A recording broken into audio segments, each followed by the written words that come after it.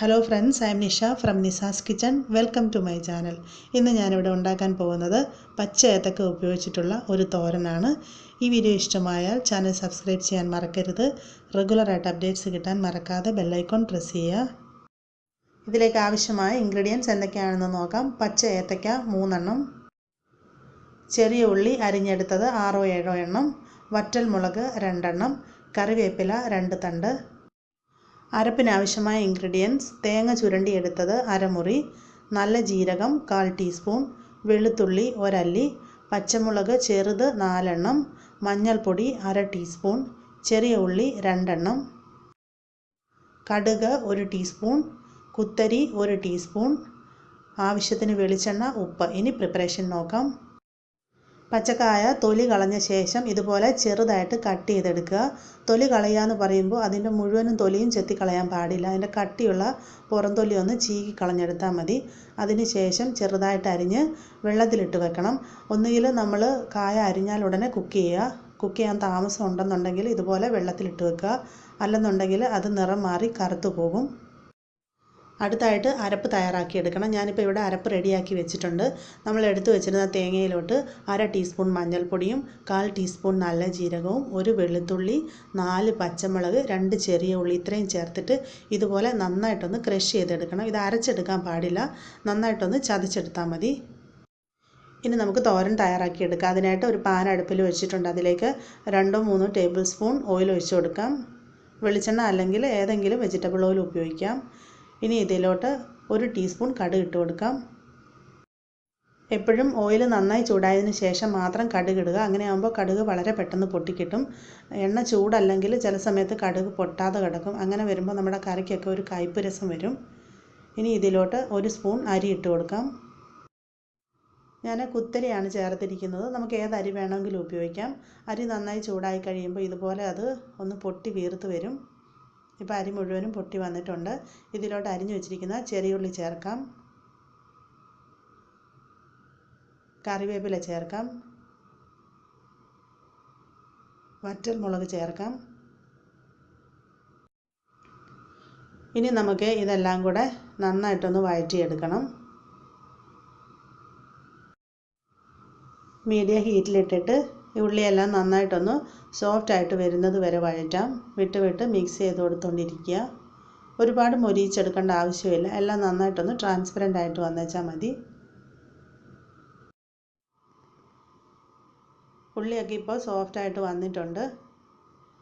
ഇനി നമുക്കിതിലോട്ട് തയ്യാറാക്കി വെച്ചിരിക്കുന്ന അരപ്പ് ചേർക്കാം. തേങ്ങ ഒന്നുകിൽ മിക്സിയിലോ അല്ലെങ്കിൽ വുഡൻ മോട്ടാറിലോ അരകല്ലിലോ വെച്ചിട്ട് ഇതുപോലെ നന്നായിട്ട് ക്രഷ് ചെയ്തെടുക്കണം. അരഞ്ഞു പോകാൻ പാടില്ല തേങ്ങ.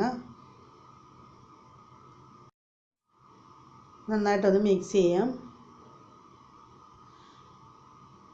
ഇനി അരപ്പിൻ്റെ ഒരു പച്ച ടേസ്റ്റ് മാറി വരാൻ വേണ്ടിയിട്ട് നമുക്കൊരു 2-3 മിനിറ്റ് ഇതിനെ നന്നായിട്ടൊന്ന് ചൂടാക്കാം.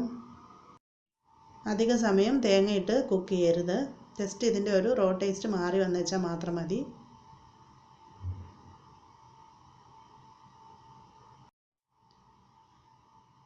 ഇടയ്ക്കൊന്ന് മിക്സ് ചെയ്ത് കൊടുക്കാൻ മറക്കരുത്.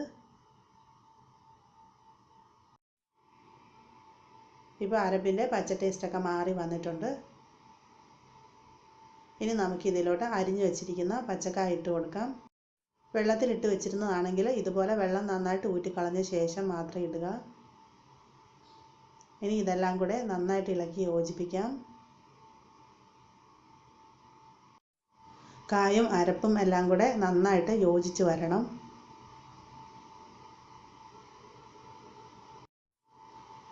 ഇനി ഇതിലോട്ട് ആവശ്യത്തിന് ഉപ്പ് ചേർക്കാം.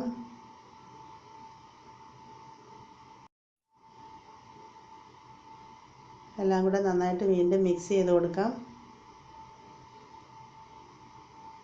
ഇനി നമുക്കിതിനെ മൂടി വെച്ചിട്ട് ഒന്ന് വേവിച്ചെടുക്കണം. അതിനായിട്ട് ഇതിലോട്ട് അല്പം വെള്ളം ചേർക്കാം. വെള്ളം കൂടിപ്പോകാൻ പാടില്ല. ജസ്റ്റ് ഒരു 1/4 ഗ്ലാസ് വെള്ളം ഇതിലോട്ട് ഒഴിച്ചു കൊടുക്കാം. ഇനി ഈ കായ ഒന്ന് വെന്ത് വരാൻ വേണ്ടിയിട്ട് ഇതിനെ മൂടി വെച്ചിട്ട് മീഡിയം ഹീറ്റിൽ ഒരു 10 മിനിറ്റ് കുക്ക് ചെയ്യാം. ഒരു 10 മിനിറ്റ് കഴിഞ്ഞിട്ടുണ്ട്. നമുക്ക് നോക്കാം. ഒന്ന് ഇളക്കി ഇട്ട് കൊടുക്കാം.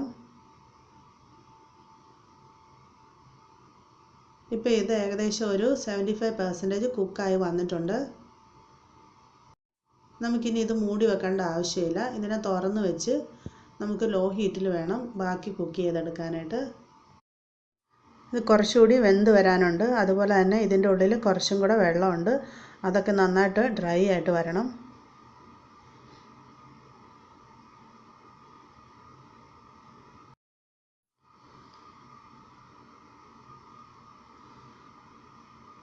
നമ്മളൊരു 5-6 മിനിറ്റും കൂടെ ഇതിനെ ഇപ്പോൾ ലോ ഹീറ്റിൽ കുക്ക് ചെയ്തു. ഇപ്പോൾ കായ ആവശ്യത്തിന് വെന്ത് വന്നിട്ടുണ്ട്. അതുപോലെ തന്നെ വെള്ളമൊക്കെ നന്നായിട്ട് വറ്റി ഇത് ഡ്രൈ ആയിട്ട് വന്നിട്ടുണ്ട്. ഇത്രയും മതി. ഈ സമയത്ത് ഇതിൻ്റെ ഉപ്പൊന്ന് നോക്കാം. ഉപ്പൊക്കെ കറക്റ്റാണ്. അതേസമയം ഉപ്പ് കുറവായിട്ട് തോന്നുകയാണെന്നുണ്ടെങ്കിൽ ശകലം ഉപ്പെടുത്ത് കുറച്ച് വെള്ളത്തിൽ കലക്കിയിട്ടൊന്ന് തളിച്ച് കൊടുക്കുക. ഡയറക്റ്റ് ഉപ്പ് ചേർക്കരുത്. അങ്ങനെയാണെങ്കിൽ ഇത് കായലോട്ട് പിടിച്ചു വരത്തില്ല. നമ്മുടെ തോരൻ റെഡി ആയി കഴിഞ്ഞു. ഇനി ഇതിനെ സെർവിങ് ഡിഷിലേക്ക് മാറ്റാം. നമ്മുടെ തോരൻ ഇവിടെ സെർവ് ചെയ്യാനായിട്ട് റെഡി ആയിട്ടുണ്ട്. ഇത് വൈറ്റ് റൈസിനൊപ്പവും കഞ്ഞിക്കൊപ്പവും എല്ലാം വളരെ നല്ല കോമ്പിനേഷനാണ്. ട്രൈ ചെയ്ത് നോക്കിയിട്ട് ഇഷ്ടമായെങ്കിൽ വീഡിയോയുടെ ലിങ്ക് നിങ്ങളുടെ ഫ്രണ്ട്സിനൊക്കെ ഷെയർ ചെയ്ത് കൊടുക്കാൻ മറക്കരുത്. അഭിപ്രായങ്ങളും നിർദ്ദേശങ്ങളും താഴെ കമൻറ്റ് ബോക്സിൽ എഴുതി അറിയിക്കുക. ചാനൽ ഇതുവരെ സബ്സ്ക്രൈബ് ചെയ്തിട്ടില്ലാത്തവർ സബ്സ്ക്രൈബ് ചെയ്യണം. താങ്ക്